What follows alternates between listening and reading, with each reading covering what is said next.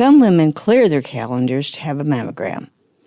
And then there's others that go to the 40-foot pink coach that pulls up where they already are. In this episode of Let's Talk About Your Breast, I talk with Shelly Kot, Director of Mobile Mammography Services at the Rose, who leads a 5-coach pink fleet that brings the same 3D screening you'll get in one of our centers to women across 45 counties in Southeast Texas. She shares what it really takes to keep those rolling clinics on the road and how just one broken generator or a failed quality check can mean closing the day down and missing cancers in her mind. She also shares her own story as a mammotech, being raised by a beloved grandmother, and as being a mom herself. And she talks about how all of those things shaped the way that she now tries to teach women to advocate for themselves. If Shelly's work makes you think of a workplace or a church or a school that needs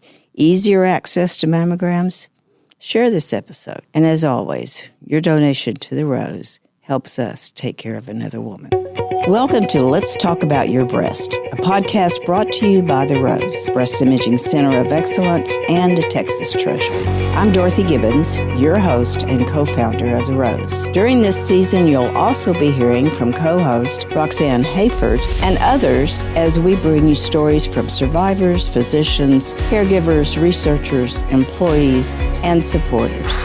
These are real people sharing difficult times, celebrations, and personal stories of hope, despair, and faith.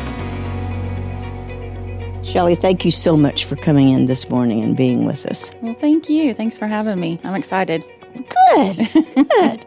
So tell us a little bit about what you do here at the Rose. So I am the Director of Mobile Services now. Mm-hmm. I've been with the Rose since 2007.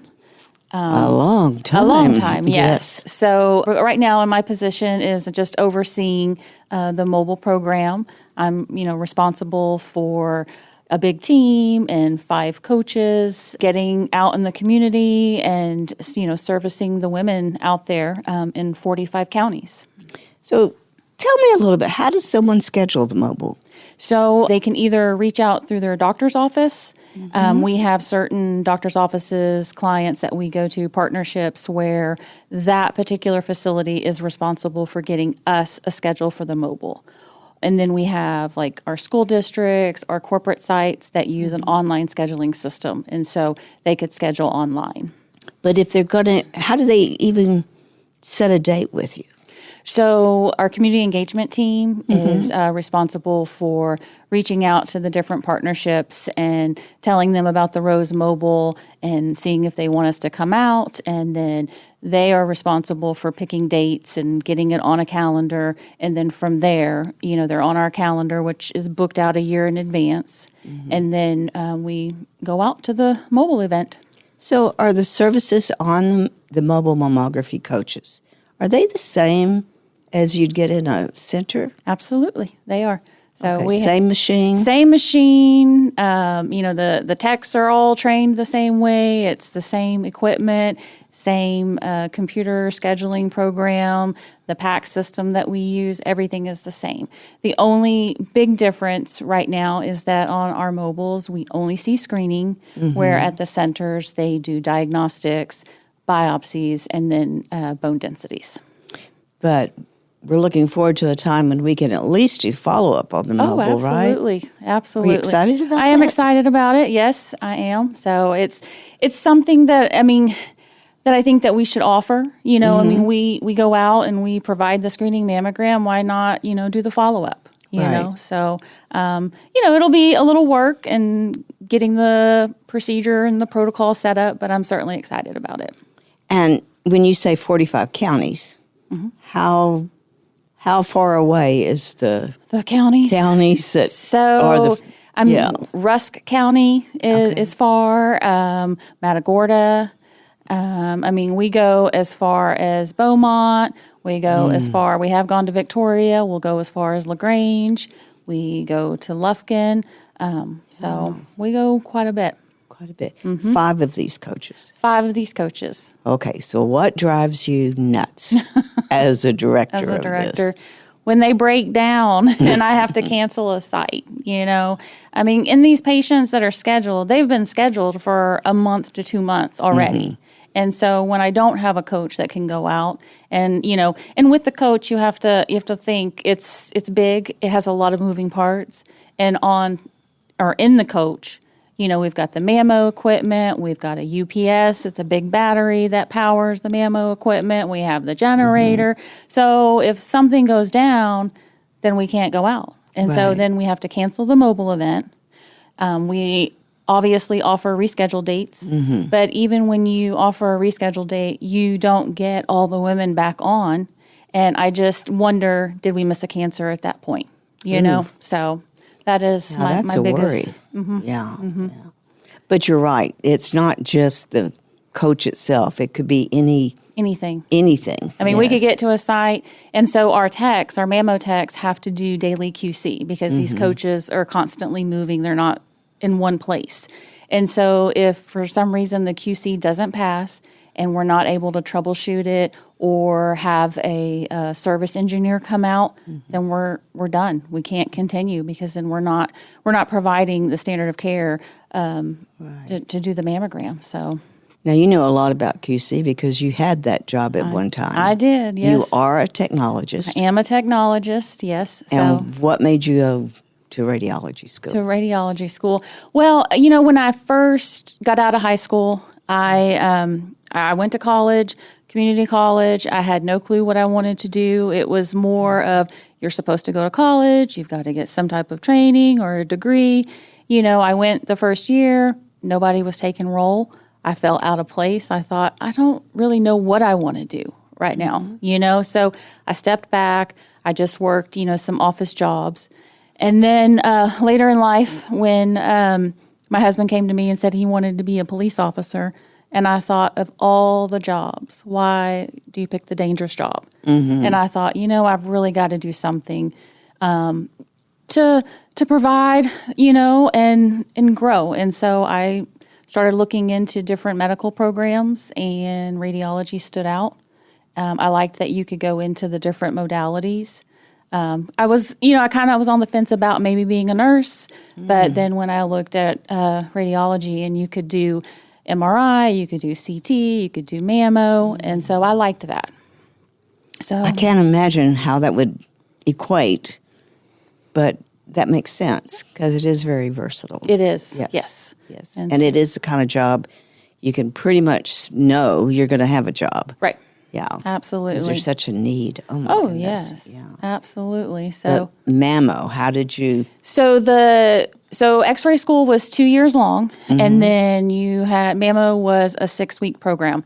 But in our last 6 months of X-ray school, we were done with all of our comps, and we could explore the other modalities. And so I spent a lot of time between pediatrics and mammo, and I just loved working with older women, and I shouldn't say it like that, but well, at the time you were 20-something I was years young, old. Yes. And so, but I just enjoyed it, and I thought this is something that I could see myself doing, and so I stayed on that path, and then did the mammo program, which was 6 weeks, and then that's how I became a mammo And you tech. didn't come to us immediately. No, I did not. So when I was in mammo school, all the students there had talked about how wonderful the Rose was and how hard it was to get in and get a job, especially if you were a new tech. You had to have lots of experience. So I did apply. And I got a call for an interview. Amy brought me in, interviewed me. And at that time, I was working for another big hospital, just PRN. It was where I did my clinicals for mammo. And so I was there. And, Amy offered the job, pending. I still needed to take my mammo certification. And so I went, I took it, I passed. And I told Amy, I accepted the job. And then when I went back to my current job and told them, put in my notice, and they were like, well, what about if we make you full time? Would you stay? And, being young, and they were, dangling money in front of me, I was like, okay, yes, I'll stay. And so I called up here, and Amy happened to be on vacation. And so I had to leave a message that, I'm turning down the job offer. Thank you, but I'm going to stay where I am. And so a couple weeks went by, and I was supposed to only be doing mammo at the other job. Well, I wasn't. There were times that they put me in regular X-ray. And it's not that I didn't want to do it. I didn't feel that I was really that great at it, and my heart was in mammo. And I was new. I really just wanted to do mammo.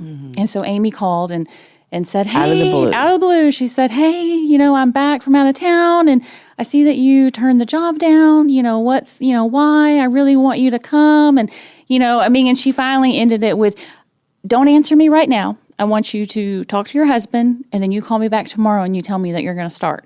And so, That's Amy. I know, yes. And so I did, and because I really just wanted to do mammo, and so I came and started in 2007, mammo tech, and then I did QC. I was the lead QC. I was the lead stereo tech. And then in 2010, I stepped away. Well, I had my daughter, and I stepped from full-time and went part-time. And then in 2014, I got an opportunity to be a part of opening a breast center at another new up-and-coming hospital. And so I stayed PRN with the Rose, but I went and did this for about a year and a half, and it just it didn't sit well. I kept sending the patients here. Like all of our diagnostics, I just kept sending them here, because going from a nonprofit to a for-profit, you really do see that it's not about the patients.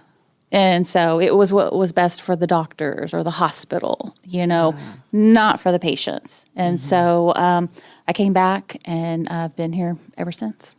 My goodness. Yes. You've held every job you could, probably. I have, as basically. a technologist. Yes. Yeah. And so, and in 2018, I was the lead tech upstairs. And then in 2020, the mobile position came open, and I said, well, let me, try that.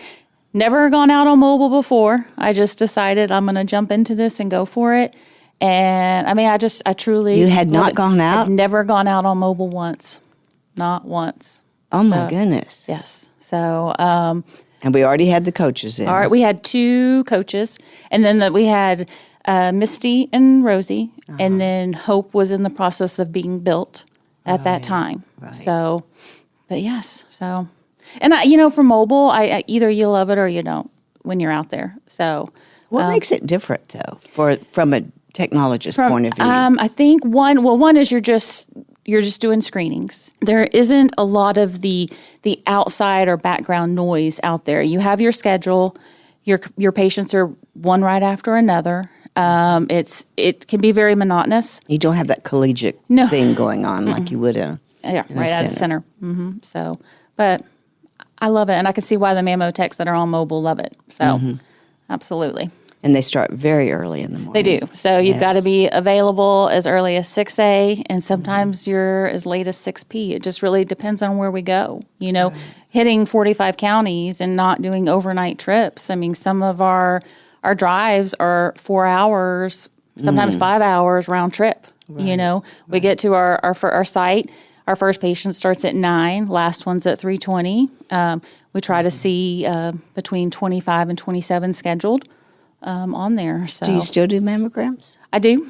And so I want to keep my numbers up. So yes, I do. I take great satisfaction in being a manager, and even now a director that can go out and still help.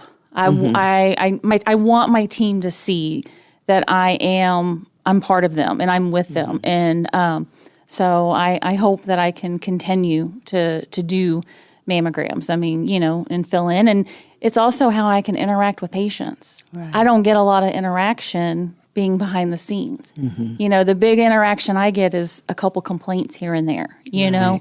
So when I'm out there, I say I'm a tech.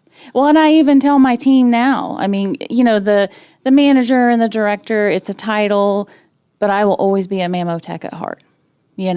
So it's something that can't be taken away from me is that. So do you have any patients that you particularly remember?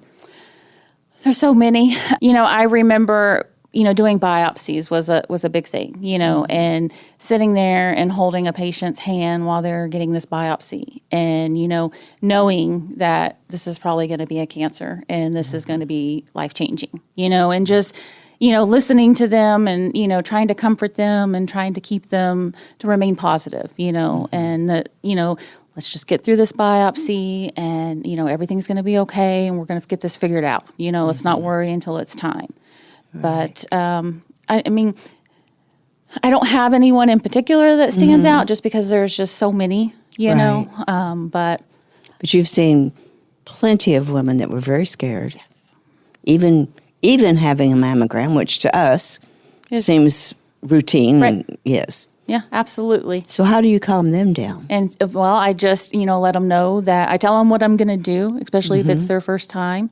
Or if it's a woman that's coming back for additional imaging, I really just try to explain to them that, let's just get through this exam, let the doctor look at the images, make sure that there isn't anything going on, and remain positive. So have you ever had to really guard yourself to not let that patient see what you're seeing? Oh, yeah. There's been a couple times. Yeah. Yes. So it's hard. It is hard. So especially in the beginning, I remember, but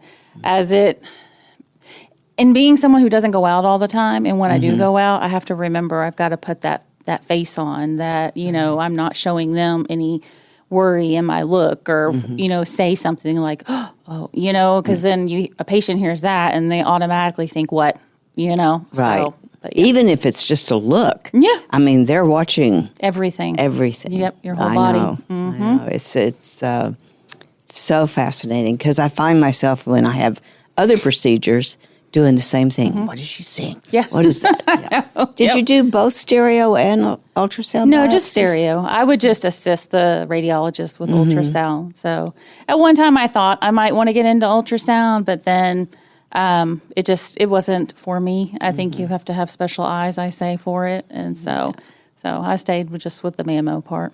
Yeah.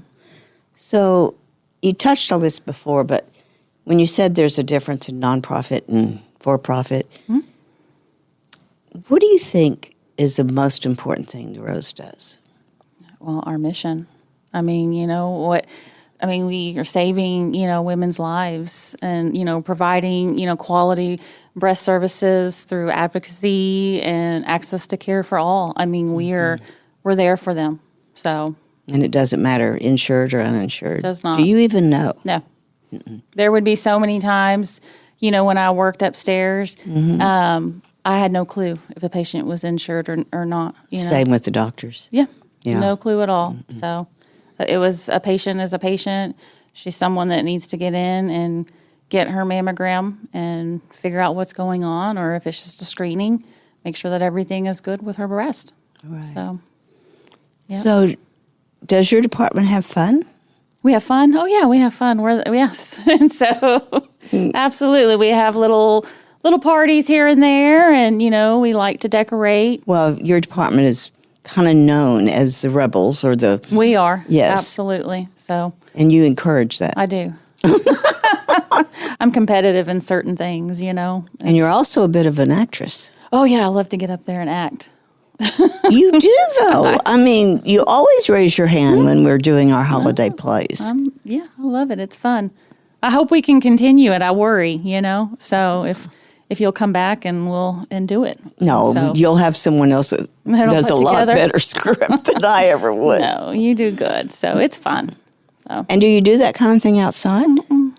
No, and I'm as shy as can be. So, I think it's because I'm getting up there and I'm playing somebody else. Yeah. And so I'm not even thinking about it, It's just, but most of the time I'm shy, I'm behind the scenes. I sit there, I'm quiet. And so even, just out in my personal life, I'm a real quiet person. What's it like being married to a policeman? Well, the big thing is I try not to think about it. Ah. So, one of our strict rules at home is that we don't bring work home, so we don't talk about it. Every once in a while, my husband will tell me something, funny, but nothing dangerous. And so You always had that rule? yes. And so I pray that God watches over him and brings him home safe. And I have to leave it up to that. If I thought about it every single day, I would not be able to live a normal life. No. So, he's good at what he does, his skills. He's got a very high set of skills, and I just trust that he does the right thing. And like I said, God brings him home. So, yep. That's kind of tough. Yeah. Talk to me about your grandmother. Oh, my grandma. So I was raised by my grandparents. I went to live with them at the age of 4, and they raised me just like one of their own.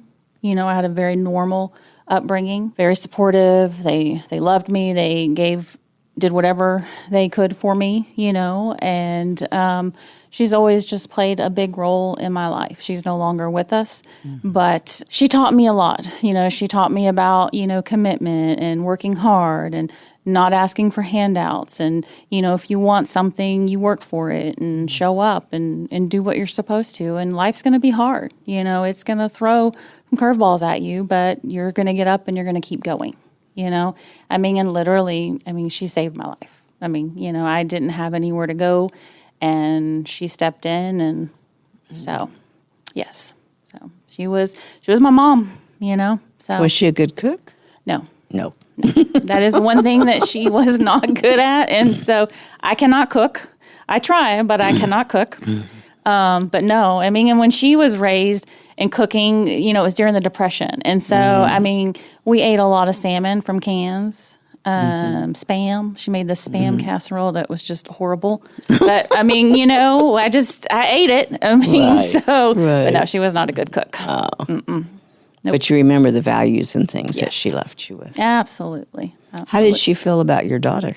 Oh, she loved Sadie. So that was her first great-granddaughter.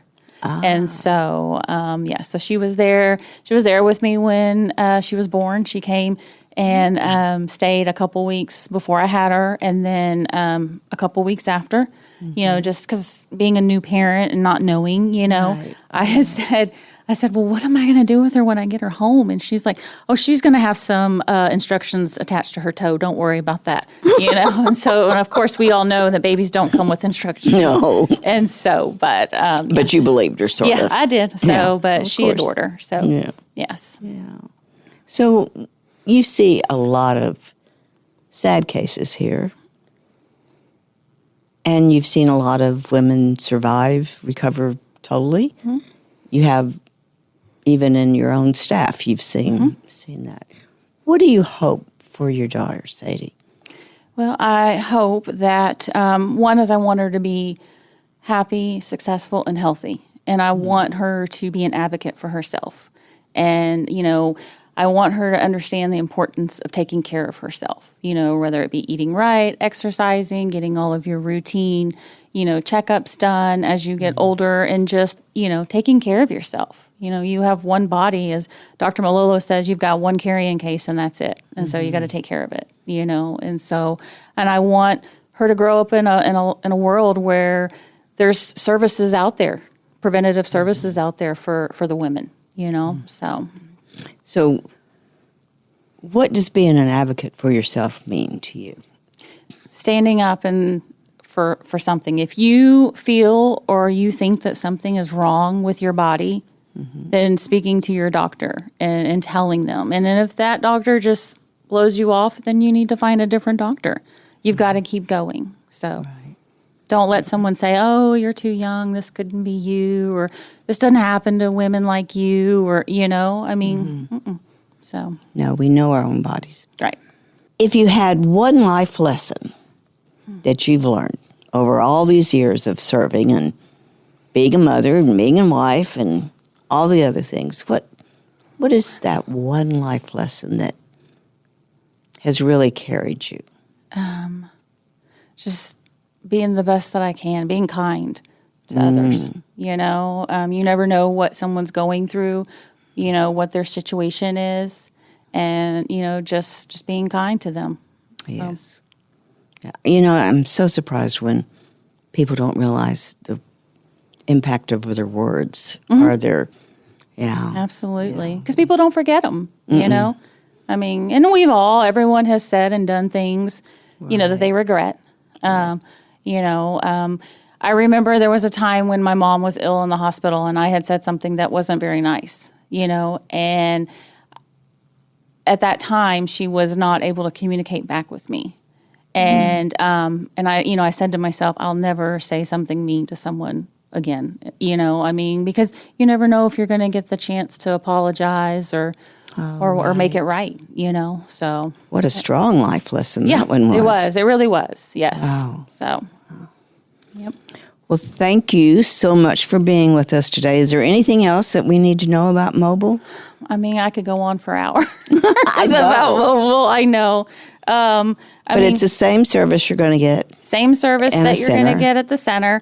The big difference is we're just doing screenings right now. The other difference is if the coach goes down or the mammo machine doesn't pass, it's just one coach and one mammo machine, we have to cancel. Right. Where here at the centers, you've got multiple rooms. Right. You're not having to worry about a moving, vehicle, right? So, but yeah. Hard to miss those. Oh, what are they, 40 feet, 45? I have 3 40s and then I have 2 36. So, yep. And are you looking forward to the next one? Oh, absolutely. I thought you were going to say, don't you dare get another one for us. Oh, my. I can't even imagine. But yes, so. You're ready. I'm ready. We'll get it. Okay. Yep. Well, thank you for being with us today. Thank you for having me. Yeah. Yes. Thank you for joining us today on Let's Talk About Your Breasts. This podcast is produced by Speak Podcasting and brought to you by The Rose. Visit therose.org to learn more about our organization. Subscribe to our podcast, share episodes with friends, and join the conversation on social media using hashtag Let's Talk About Your Breasts. We welcome your feedback and suggestions. Consider supporting The Rose. Your gift can make the difference to a person in need. And remember, self-care is not selfish. It's essential.